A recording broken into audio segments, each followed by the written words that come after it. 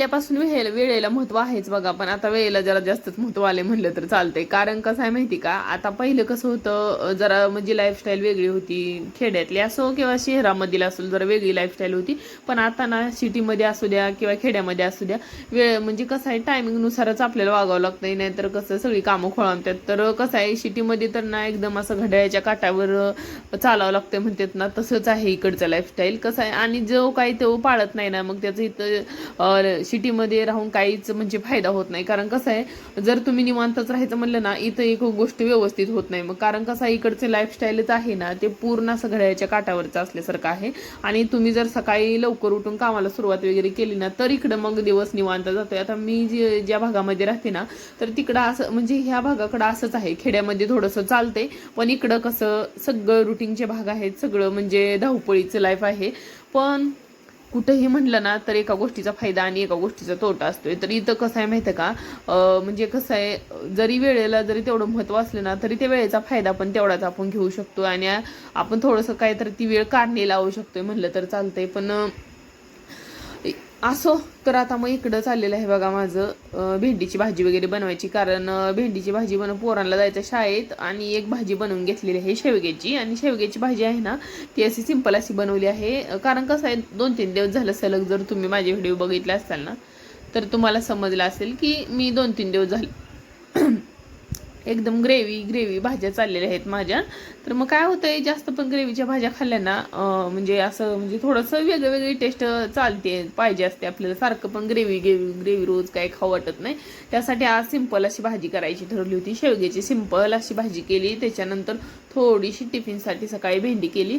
आणि हे जे मी व्हिडिओ टाकत असते ना, तर ते आमचं पूर्ण दिवसाचं रुटीन असते. त्यामुळे त्याच्यात 3-4 भाज्या असा येतच असतात कंटिन्यू. कधी कधी 5 पण असतात. कारण कसं आहे आता डेली लाईफ म्हणलं तर आता जे काय आहे ते मी तुमच्यासोबत शेअर करते. तर आता आमच्यात बनते ते तेवढं मी टाकते. कारण व्हिडिओमध्ये थोडेसे जास्त भाज्या वगैरे असं म्हणजे थोडंसं आहेत. तर कसं आहे आता ना संध्याकाळचं मी बनवायला घेतलं होतं मसाले राईस. तर मसाले राईसमध्ये ना थोडंसं हिरवी मिरची कट केलेली लांब अशी कट करून घेतलेली आहे. लांब असा कांदा कट केलेला आहे, बटाटा, त्याच्यानंतर टोमॅटो, हे सगळं ना मस्त असं कट करून घेतलं. बटाटा वगैरे धुवून घेतलेला आहे आणि फोडणी घातलेली आहे. आणि त्याच्यानंतर शेंगदाणे आमच्यात आवडते म्हणून थोडेसे जास्त शेंगदाणे टाकत आहे मी. आणि त्याच्यानंतर चवीनुसार मीठ, आपला जो काय भाताचा मसाला असतो ना, ते तमालपत्र, दालचिनी वगैरे ते टाकून घेतलेलं आहे. 2-4 लवंगा आणि आपलं हे इलायची, असं सगळं टाकून घेतलेलं आहे. आणि भाजलेले शेंगदाणे वगैरे पण मी टाकत असते, कधी कधी असे टाकते. आणि त्याच्यानंतर थोडंसं असं म्हणजे चांगल्या थोड्याशा भाज्या तळून झाल्या की मग पाणी लगेच होते. कारण कसं आहे मसाले राईस म्हटलं ना की परत राईस शिजवस तर भाज्या शिजतात ना जास्त. त्याच्यामुळं काय करते, अगोदर थोडंसं शिजवून घेते भाज्या, फक्त गरम अशा तेलामध्ये तळून झाल्या की मग लगेचच त्याच्यामध्ये राईस टाकायला घ्यायचा. मग कसं राईस सोबत छान असे शिजून निघतात. तर सध्या ना आमच्या इकडं पावसाळ्याचं वातावरण चालू आहे. आणि तुम्हाला आता जाणवत असेल की माझं थोडंसं घशातमध्ये आवाजामध्ये पण प्रॉब्लेम झालाय. कारण कसं आहे वातावरण असेल तसं आपल्याला थोडंसं म्हणजे तब्येत आपली हे होते. म्हणजे कसं तब्येत तर व्यवस्थित असली तरी पण सर्दी वगैरे असली की आवाजामध्ये चेंज होते. तर आता इथे सगळं सकाळचं किंवा संध्याकाळचं रुटीन सगळं आवरून घेतलं होतं, दुपारचं वगैरे स्वच्छ.